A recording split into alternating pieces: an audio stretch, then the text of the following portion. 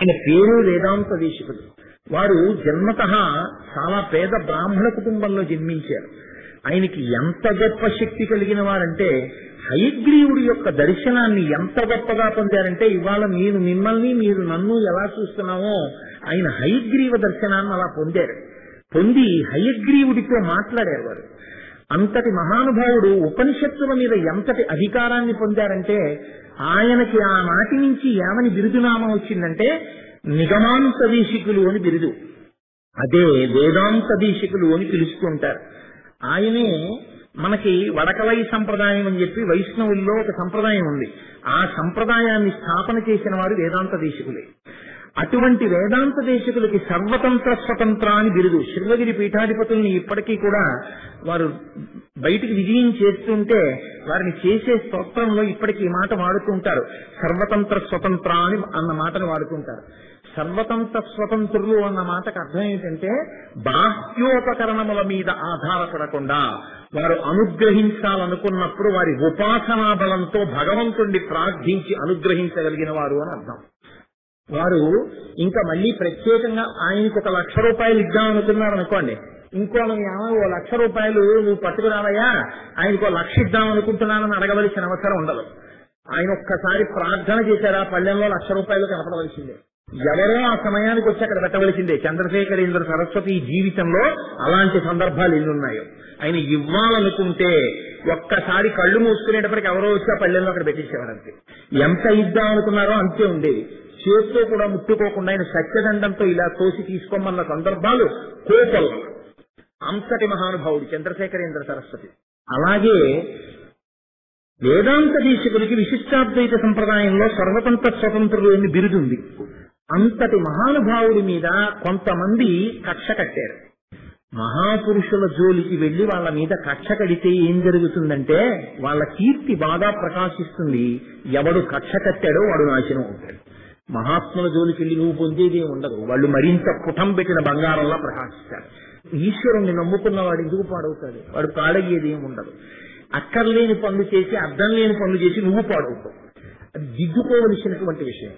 కాబట్టి వేదాంత దేశకులకి సర్వతంత్ర స్వతంత్రాన్ని బిరుదిందుకుండాలి అని కొంతమంది ఆయన మీద కక్ష కట్టారు. కక్ష కట్టి తను పెళ్లి చేసుకోవడానికి డబ్బు లేవు. ఒక బ్రాహ్మణ వటువు, ఒక బ్రాహ్మణుడి కనండి లేకపోతే బ్రహ్మచారి కనండి, ఉపనయనం అయిపోయిన వాడు ఇంకా గృహస్థాశ్రమంలోకి వెళ్ళాలి. గృహస్థాశ్రమంలోకి వెళ్దామంటే ₹1 లేదు పెళ్లి చేసుకోవడానికి.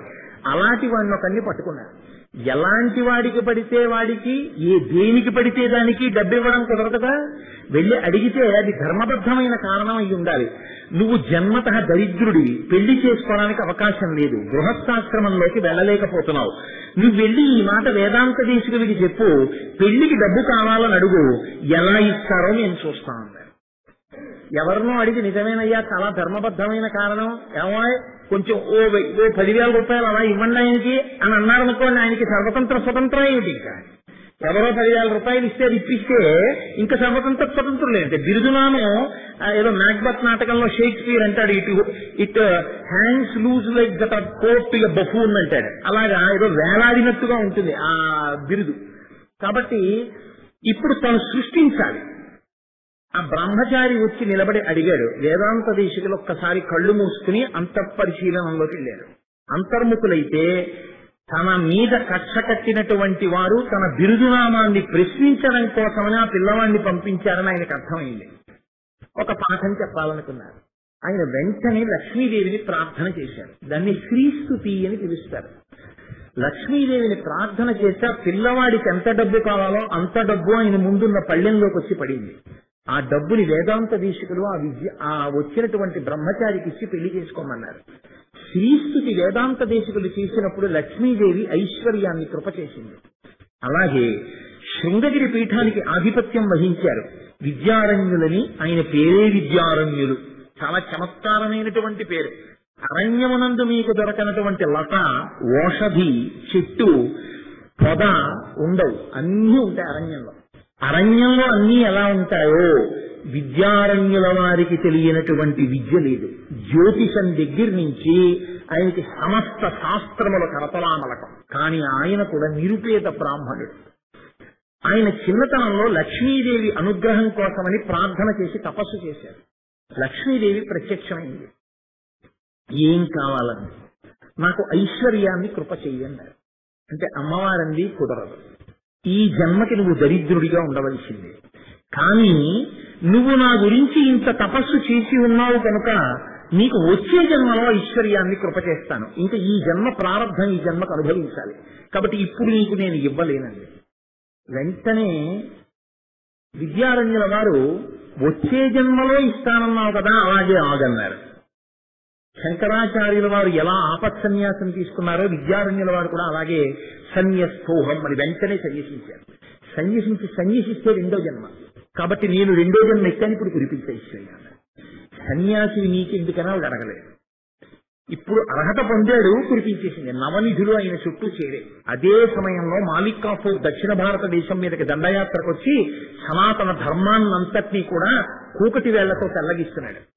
తన దగ్గర ఉన్నటువంటి నవనిధులతోటి తనకున్నటువంటి శాస్త్ర పరిజ్ఞానాన్ని ధనంగా పెట్టి మహానుభావుడు ఆ రోజుల్లో హరిహరరాయులు బుక్కరాయులు అనేటటువంటి ఇద్దరిని తీసుకొచ్చి సుముహూర్త నిర్ణయం చేసి ఆనాడు కర్ణాటక సామ్రాజ్యాన్ని ఆయన విద్యారణ్యుల వారిచ్చినటువంటి ధనంతో, ఆయన పెట్టిన ముహూర్తంతో, ఆయన గీసిన గీతలో వచ్చినటువంటి శ్రీచక్ర రూపంలో వచ్చినటువంటి సామ్రాజ్యం గనక విద్యారణ్యుల వారి పేరు మీద దానికి విద్యానగరము అని పేరు. విజయములకు నిలయమైంది కాబట్టి విజయనగర సామ్రాజ్యము అని పేరు వచ్చింది. అందుకే కర్ణాటక సామ్రాజ్యాన్ని మొట్టమొదటి సింహాసనం మీద కూర్చోవడానికి అర్హత పొందిన వారెవరు అంటే విద్యారణ్య స్వామి వారే. విద్యారణ్య స్వామి వారు నాకు అక్కర్లేదని ఇచ్చేశారు. కాబట్టే ఇప్పటికీ కూడా సింహాసనం మీద కూర్చోవడం అనేటటువంటి అలవాటు శృంగగిరి పీఠంలో పరంపరాగతంగా వచ్చింది. ఇప్పటికీ శృంగేరి పీఠాధిపతులు వస్తుంటే కర్ణాటక సింహాసన ప్రతిష్టాపనాచార్య అని చెప్తారు. విద్యారణ్యుల వారికి వచ్చినటువంటి బిరుదునామం తర్వాత వరకు కొనసాగింది. వారే ఆ కాలంలో అద్వైత మత వ్యాప్తిని విస్తారంగా చెయ్యడం కోసమని శృంగగిరికి ఉపపీఠాలుగా ఎన్నో పీఠాలని ఆంధ్రదేశంలో కూడా ఆయన నెలకొల్పారు. అటువంటి విద్యారణ్యుల వారు స్తోత్రం చేస్తే అమ్మవారు కనకధార కురిపించింది. కాబట్టి కనకధార కేవలం శంకరాచార్యుల వారికి మాత్రమే కురిపించింది అని చెప్పడం కుదరదు. కనకధార శంకరాచార్యుల వారికి కూడా కురిపించింది, కానీ శంకరాచార్యుల వారికి పూర్వం కూడా అమ్మవారు అనుగ్రహించి బంగారు వృష్టి కురిపించినటువంటి సన్నివేశములు ఉన్నాయి. విద్యారణ్యుల వారు శంకరాచార్యుల వారి తర్వాత వారు, మూకశంకరులు శంకరాచార్యుల వారి తర్వాత వారు, అలాగే వేదాంత దేశికులు కూడా శంకరాచార్యుల వారి తర్వాత వారు. శంకరాచార్యుల వారి తర్వాత కూడా లక్ష్మీదేవి యొక్క అనుగ్రహంతో బంగారు వృష్టిని కురిపింపచేసుకున్న మహాపురుషులతో శోభాయమానంగా ప్రకాశించినటువంటి ఉపాసన భూమి ఈ భూమి. అటువంటి భూమిలో శంకరాచార్యుల వారు చేసినటువంటి కనకధార స్తోత్రానికి మాత్రం ఒక ప్రత్యేకమైనటువంటి ప్రతిపత్తి వచ్చింది. ఎందుకని అంటే విద్యారణ్యుల వారు పుచ్చుకున్నా ఇంకొకరు పుచ్చుకున్నా దానిలో ఉండేటటువంటి విధానం వేరు. శంకరాచార్యుల వారు చేసినటువంటి స్తోత్రంలో ఉండే మర్యాద స్థితి వేరు. ఆయన కేవలం దరిద్ర బ్రాహ్మణి గురించి మాత్రమే స్తోత్రం చేశారు కాదు, దరిద్ర బ్రాహ్మణిని అడ్డుపెట్టి దరిద్రం అనుభవిస్తున్నటువంటి ఎవరైనా చెయ్యవలసిన స్తోత్రానికి ఎంత కాలానికైనా నిలబడగలిగిన స్తోత్రాన్ని శంకరాచార్యుల వారు కృప చేశారు. కాదు, మీరు ఇంకొకటి ఆలోచించండి. శంకరాచార్యుల వారు నిజంగా అమ్మవారిని మనసులో మౌనంగా ప్రార్థన చేస్తే శంకరాచార్యుల వారి యొక్క ప్రార్థనని మన్నించి లక్ష్మీదేవి కనక ఉసిరికలను కురిపించదా? లేదా ఏ స్తోత్రము చెయ్యకుండా, స్తోత్రం అంటే ఏంటంటే స్తుతి, స్తుతి అంటే అమ్మవారి యొక్క వైభవాన్ని ప్రకాశింపచేసేటటువంటి వాక్కుల సమాహారం. అసలు అటువంటి వైభవ ప్రకాశ స్తోత్రం ఇది చెయ్యకుండా లోపల చిత్తశుద్ధితో అమ్మవారి పాదములు పట్టుకుని ఆయన ఒక్క ప్రార్థన లోపల అమ్మాను అనుగ్రహించాలి అంటే ఈ స్తోత్రం చేస్తేనే నేను ఇస్తానని అమ్మవారు అంటుందా? ఇవ్వదా అమ్మవారు? మరి ఎందుకు స్తోత్రం చేశాక బంగారు ఉసిరికలు కురిశాయి? ఒక్కటే కారణం, మీకు చాలా స్పష్టంగా అర్థమైపోయి ఉంటుంది. అమ్మవారు కూడా ఒక సంకల్పం చేసింది. ఈ ప్రత్యేకమైన సందర్భంలో శంకరాచార్యుల వారి నోటి వెంట ప్రకటంగా ఈ స్తోత్రం రాకపోతే జన్మ జన్మాంతరముల నుంచి చేసినటువంటి పాపములను దరిద్రం రూపంలో అనుభవిస్తున్నటువంటి వారికి మార్గోపదేశం చెయ్యగలిగిన అంత శక్తివంతమైన స్తోత్రములు ఇవ్వగలిగిన వాడు మళ్లీ పుట్టడో అవతార పురుషుడైన శంకరుల వెంట నోటి వెంట ఈ స్తోత్రం రావాలి. ఎందుకంటే తర్వాత సన్యసించిన తర్వాత ఇంకా అసలు బంగారం పేరైన ఇచ్చుతారో ఎత్తారో, ఇంకా ఆయన అసలు మాట్లాడరు. కాబట్టి ఇప్పుడు బాలశంకరుడిగా ఉన్నాడు కాబట్టి ఇప్పుడు ఆయన నోటి వెంట ఆ స్తోత్రం రావాలి. ఆ స్తోత్రం వచ్చిందా ఇది లోకానికంతటికి మహోపకారం అయిపోతుంది. ఇప్పుడు లోకమంతా ఎవరెవరు దరిద్రంలో ఉన్నారో వాళ్ళు చెయ్యొచ్చు. కాదు, ఈ స్తోత్రం వెనకాతల వీరొక రహస్యం ఉంది. కనకధారా స్తోత్రానికి ఉన్న గొప్పతనం అంతా ఎక్కడుందంటే, కనకధార కేవలం దరిద్రాన్ని పోగొట్టి నీకు ఐశ్వర్యాన్ని ఇచ్చేసే స్తోత్రం కాదు. ఏ ఐశ్వర్యము భయహేతువో ఆ ఐశ్వర్యము వెంట పడవలసినటువంటి స్థితి లేకుండా భద్రమైనటువంటి ఐశ్వర్యాన్ని పొందుతూ భయహేతువైనటువంటి ఐశ్వర్యం జోలికి వెళ్లకుండా పరమ తృప్తితో ధార్మికమైన మార్గంలో ప్రవర్తిస్తూ దొరికిన దానితో తృప్తిగా జీవిస్తూ అతనికి ఎప్పుడు ఎంత అవసరం ఉంటుందో ఆ అవసరం తీరడానికి అమ్మవారి అనుగ్రహంతో అప్పటికి కావలసినది అది సమకూర్చబడేటటువంటి రీతిలో ఒకరి దగ్గర చెయ్యవదాపవలసినటువంటి అవసరం లేని రీతిలో వ్యక్తి యొక్క జీవితం వెళ్లిపోవాలంటే అటువంటి స్థితిని కల్పించాలన్నా కనకధారా స్తోత్రమే ఆలంబనము. ఎందుచేతనంటే శంకరాచార్యులు వారు భజగోవిందంలో మాట అంటారు, ముదజహీహి ధనాగమ కృష్ణ కురు సద్బుద్ధిం మనసి వికృష్ణ అంటారు. ఐశ్వర్యం విషయంలో నువ్వు తృష్ణని పెంచుకోవద్దు అంటారు. అప్పుడు కనకధారా స్తోత్రం దరిద్రంలో ఉన్నవాడికి ఐశ్వర్యం ఇస్తుంది అని నేను మాట అన్నాను అనుకోండి. దరిద్రం అన్న మాటకు అర్థం ఏమిటప్పుడు? ఒకడికి టీవీ ఉంది, వాడికి వీసీడీ కావాలి, వాడికి వీసీడీ కావాలనుంది వీసీడీ లేదు, దరిద్రమే. ఒకడికి వీసీడీ కూడా ఉంది కానీ వాడికి ఏసీ లేదు కాబట్టి వాడు దరిద్రంలో ఉన్నాడు. ఒకడికి టీవీ ఉంది, వీసీడీ ఉంది, ఏసీ ఉంది, అయినా వాడికి కారు లేదు కాబట్టి వాడికి దరిద్రమే. కాబట్టి ఇలా ఆలోచిస్తూ పోతే ఐశ్వర్యం విషయంలో అసలు దరిద్రం లేనివాడన్నవాడు ఎవరుంటాడు లోకంలో? నీకు ఉండాలని కోరిక ఉండాలి కానీ దానికి హద్దు ఎక్కడుంది? నీకు దరిద్రం లేకపోవడం ఎక్కడుంది? ఎప్పుడూ దరిద్రం ఉంటుంది. ఎందుచేతంటే లోకంలో ఒక గమ్మత్తైన మర్యాద ఉంటుంది. సరస్వతి విషయంలో లేనిని అంగీకరించాడు, లక్ష్మి విషయంలో సమృద్ధిని అంగీకరించాడు. మీరు చూడండి, ఏమయ్యా నీకు ఈ విషయం తెలీదు అన్నారనుకోండి, నాకు తెలియకపోనేటండి అంటాడు, తిరగబడతాడు. సరస్వతి విషయంలో నీ ఎందున్న అసంపూర్తిని నీకు ఇది తెలియదు నాయన అన్నారనుకోండి, వాడు ఒప్పుకోడు. లక్ష్మి విషయంలో నీకేమిటండి బోలెడంత ఆదాయం వస్తోందని అనుకో, ఏం వస్తోందండి, వచ్చేది అద్దెలకి పన్నులకి సరిపోతుందంటారు.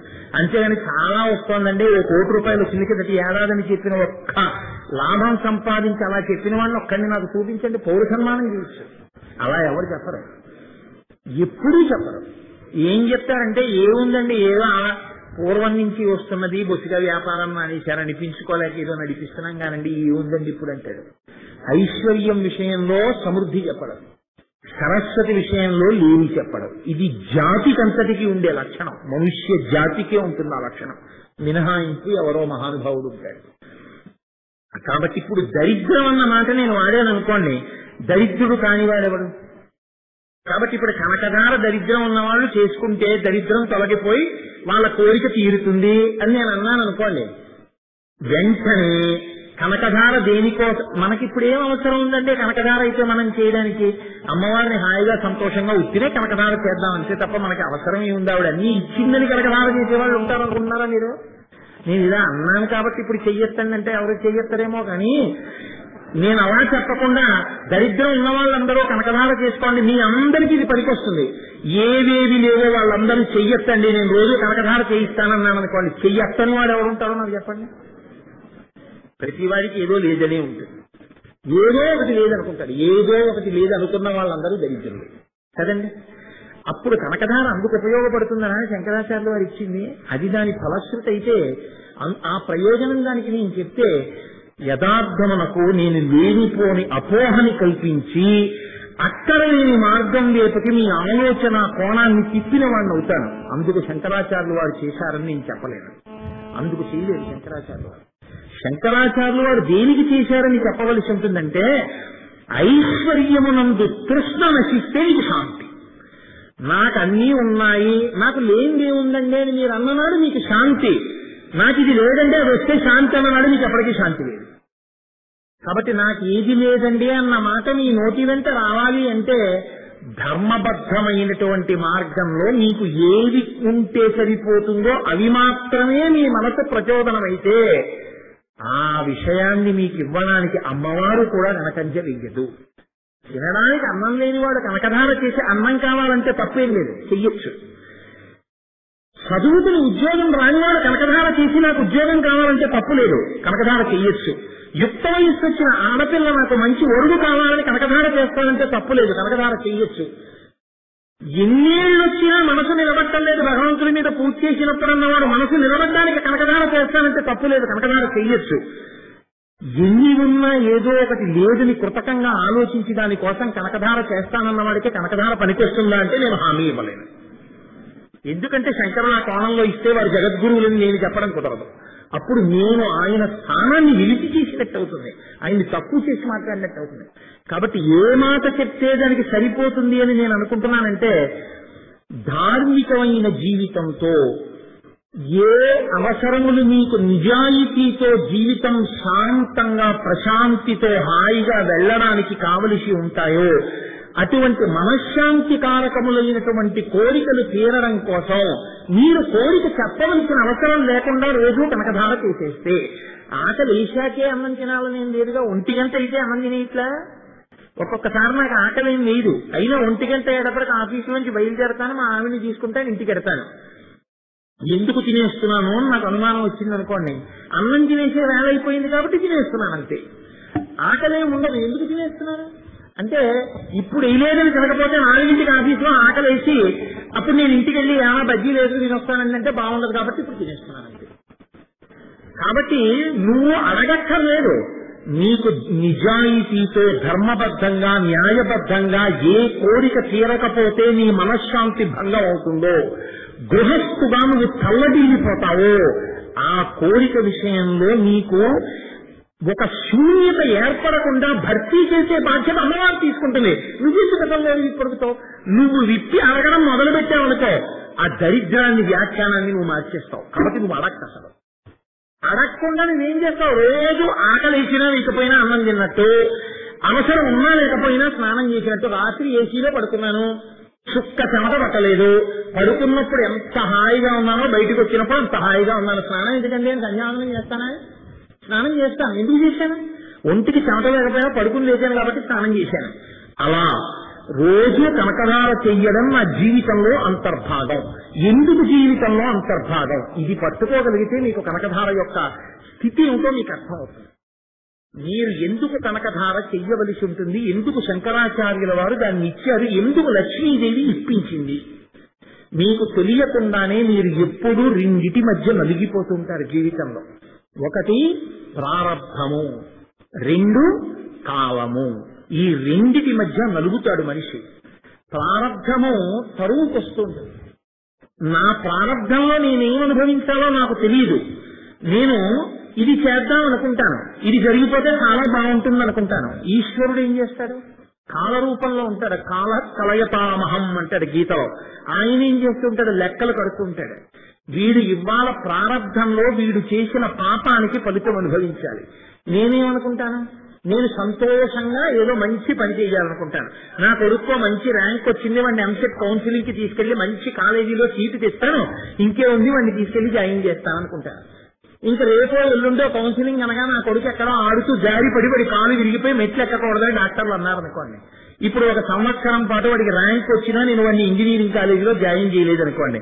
నేను జాయిన్ చెయ్యకూడదని చేయలేదా, చేయడం బాధై చేయలేదా, చేస్తానని అనుకున్నా, చెయ్యడానికి సిద్ధపడ్డా, చదువుకోవడానికి వాడు సిద్ధంగా ఉన్నా, కాలేజీలో సీటు పొందడానికి యోగ్యమైన ర్యాంకు వాడికి ఉన్నా, నా కంటికి కనపడని నాకు తెలియనటువంటి ఒక కారణం చేత నేను అనుకున్న సంకల్పం నెరవేరకుండా పోయిందా అంటే, నేను అనుకున్న సంకల్పం నెరవేరకుండా పోవడానికి ఏ కారణానికి నెరవేరకుండా పోయిందో నాకు చెప్పేవాడు నా కంటికి కనపడ్డా. ఇది మీరు గుర్తుపెట్టుకోవాలి.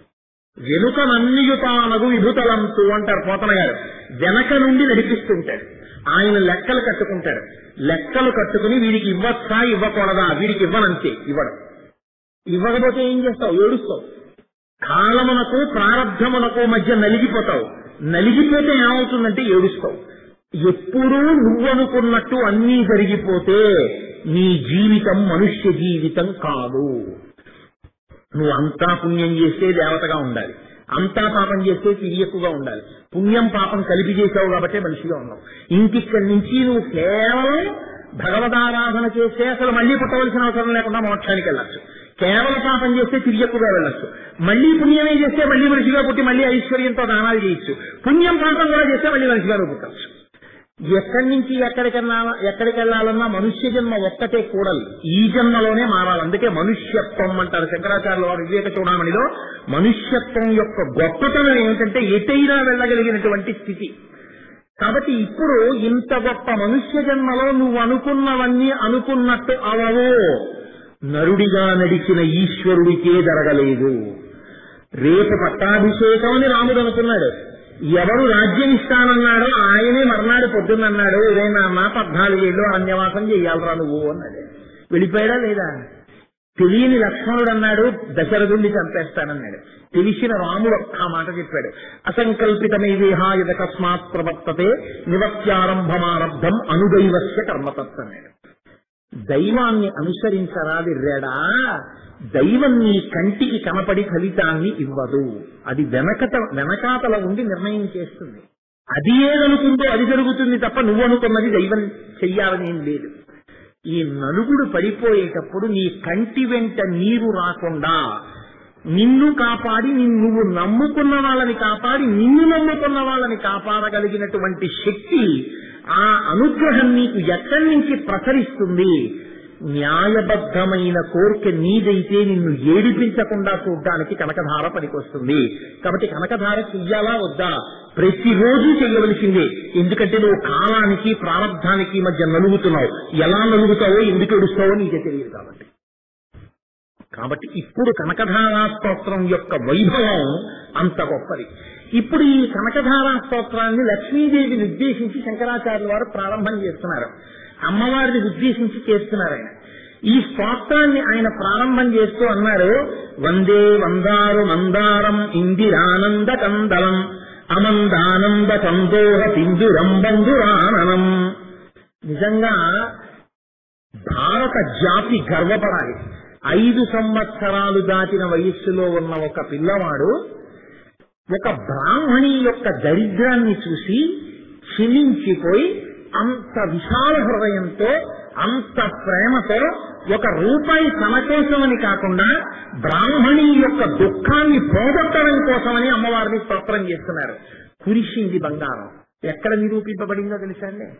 శంకరాచార్యుల వారే విద్యారణ్య స్వామి వారి రూపంలోనూ సచ్చిదానంద శివాభినవ నరసింహ భారతీ స్వామి వారి రూపంలోనూ వచ్చారు అని కొంతమంది ప్రమాణపూర్వకంగా చెప్తారు.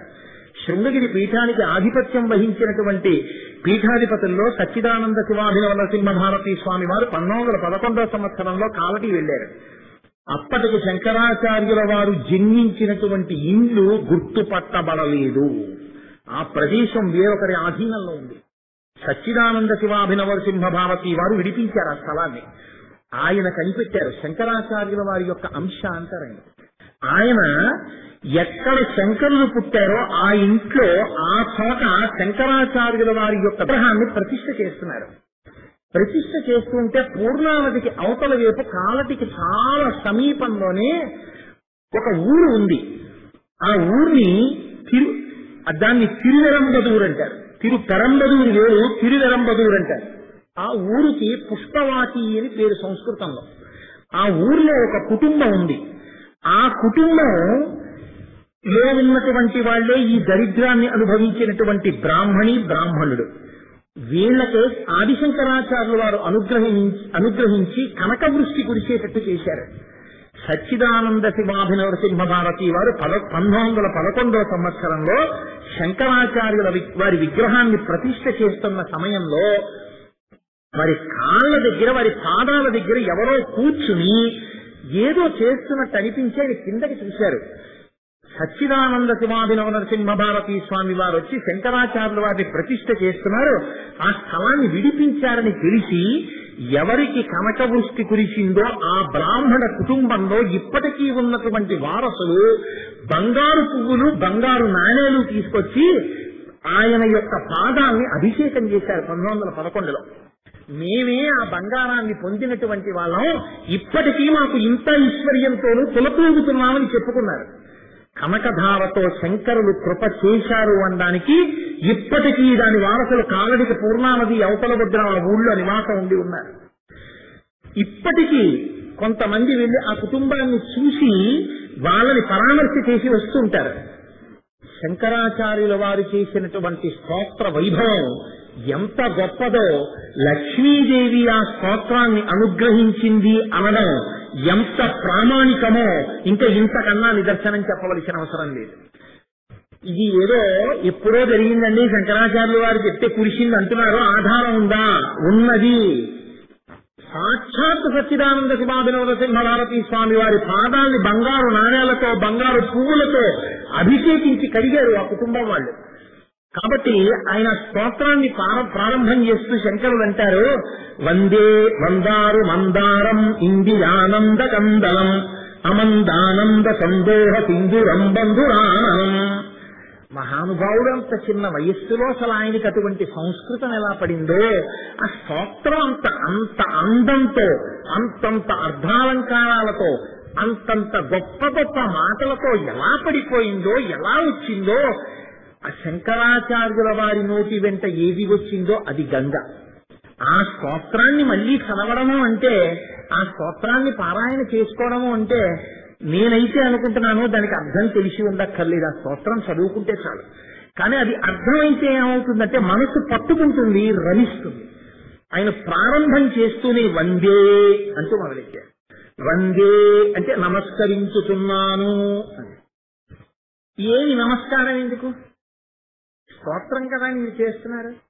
మీరు స్తోత్రం చేసేటప్పుడు లక్ష్మీదేవిని ఉద్దేశించి ఆవిడ వైభవాన్ని ఆవిడ గుణములను కీర్తిస్తే సరిపోదా? నేను నమస్కరించుతున్నాను అంటూ ఎందుకు మొదలెట్టాలి? నేను మీతో మనవి చేశాను, శంకరులు జగద్గురువులు. ఆయన ఒక్క మాట మాట్లాడితే లోకానికి ఒక ఉపదేశం ఉంటుంది. నమస్కారం చేసి తన జీవితాన్ని దిద్దుకుని మనిషిగా బ్రతకగలిగినటువంటి వాడు మనుష్యుడొక్కడికే.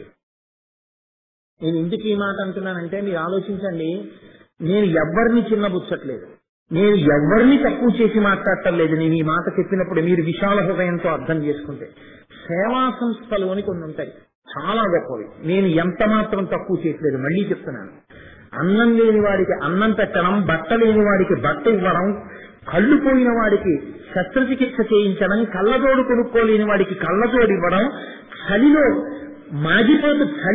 ఉనికిపోతున్న వాడికి ఓ దుప్పటి ఇవ్వడం అంత తేలిక విషయాలు ఇంకావు. అవి చేస్తున్న వాళ్ళు చాలా గొప్పవాళ్లే. కానీ దానికి ఒక పరిమితి ఉంది. మీరు గమనించండి, మీరు ఇచ్చేటటువంటివన్నీ దేనికి పనికొస్తాయంటే కేవలం ఉపాధిని పోషిస్తాయి. ఒక్కొక్కప్పుడు అందులో జరిగే చిత్రం ఏంటంటే, లోపల ఉండేటటువంటి మనఃప్రవృత్తి మారాలన్న నియమం లేదు. మీరు ఒక కర్ర కట్టినటువంటి దొంగ కళ్ళకు కూడా ఆపరేషన్ చేసి కళ్ళతోడు తగిలించచ్చు ఒక్కొక్కసారి. అప్పుడు మీరు చేయించిన ఆపరేషన్ ఎందుకు పనికి వస్తుందంటే ఇంకో 4 దొంగతనాలు కూడా చేయడానికి పనికి వస్తుంది. ఒక సోమరిపోతూ తనంత తాను ఒక రూపాయి సంపాదించాలనే ప్రయత్నం లేని వాడికి తీసుకొచ్చి అన్ని సమకూరిస్తే వాడు ఏమీ చెయ్యకుండా కూర్చోవడానికి పనికొస్తుంది. కష్టపడి వాళ్ళు సేవ చేసినా సేవ యందు ఈ క్రీమీద ఒకటి ఉంటుంది. ఇప్పుడు అయోగ్యులకు కూడా అందులో ఉపకారం జరిగిపోతుంది. పైగా వాడు ఏ స్థితిలో అక్కడికి వచ్చాడో ఆ స్థితి నుంచి మానసికంగా పైకి ఎదగడానికి ఏముండదు. కళ్ళల్లో దృష్టి నశించి వచ్చాడు, కంటి యందు దృష్టితో వెళ్ళాడు. మానసికంగా ఏమైనా ఎదిగాడా? ఎదగడానికి ఏమైనా ఉంటుందని నేను అనుకోడు. వాళ్ళు ఏదో పరిపక్వత వచ్చేస్తుంది కంటి ఆపరేషన్ చేసుకుంటే అంటే, బహుశా క్యాటరాక్ట్ ఆపరేషన్ చేసుకున్న వాళ్ళందరూ యోగులు కూడా అవ్వాలి. అలా ఏం అవ్వలేదే. దృష్టి పోయిన వాడికి దృష్టి వచ్చింది అంతే క్యాటరాక్ట్ ఆపరేషన్ చేసుకుంటే. ఆకలి ఉన్నప్పుడు నేల మీద పడి కొట్టుకుంటున్న వాడికి అన్నం పెట్టిన తర్వాత ఆవలించి కూర్చున్నాడు అంతే. అంతేకాని వాడు అన్నం పెట్టిన తర్వాత ఏది మాత్రం కాలేదు. మనిషిలో ఉన్నటువంటి పశుత్వాన్ని నశింపచేసి మనిషిని మనిషిగా నిలబెట్టగలిగింది ఒక్కటే, రాజగోపురంతో నిలబడిపోయిన దేవాలయం ఒక్కటే. ఎందుకు మార్చగలదో తెలుసా అండి? ప్రతి ఊరు ప్రతి వాడ దేవాలయాలతో ఎందుకు పరిఢవిల్లిందంటే, ఎందుకు దేవాలయాల్ని నిలబెట్టారంటే మన వాళ్ళు, ఆ దేవాలయం వంక చూసినప్పుడు నీకు ఒకటి గుర్తొస్తుంది, దీన్ని నువ్వు తెచ్చుకోలేదు, దీని కర్త నువ్వు కాదు, దీనితో నువ్వు అనుభవిస్తున్నదేవి నువ్వు సృష్టించినవి కావు.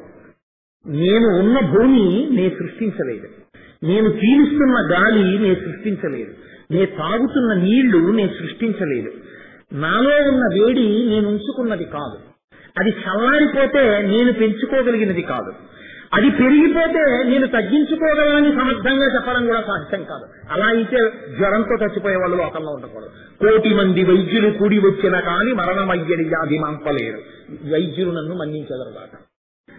వైద్యులు అన్ని జ్వరాలు తగ్గించేయగలిగితే చచ్చిపోవడం అన్నది కూడా ఉండకూడదు కదా జ్వరంతో. కాబట్టి వైద్యుడి రూపంలో ఈశ్వరుడే బతికించినప్పుడు బతికిస్తాడు. ఇంకా ఆ జీవుడిని విడిపించేయడమే మంచిదనుకున్నప్పుడు జీవుడు విడిపోతాడంతే. ఈశ్వర శాసనం అన్నిటికన్నా పైన నిలబడిపోయింది. ఇది నువ్వు ఆలోచించినప్పుడు ఇది ఆలోచించగలిగినటువంటి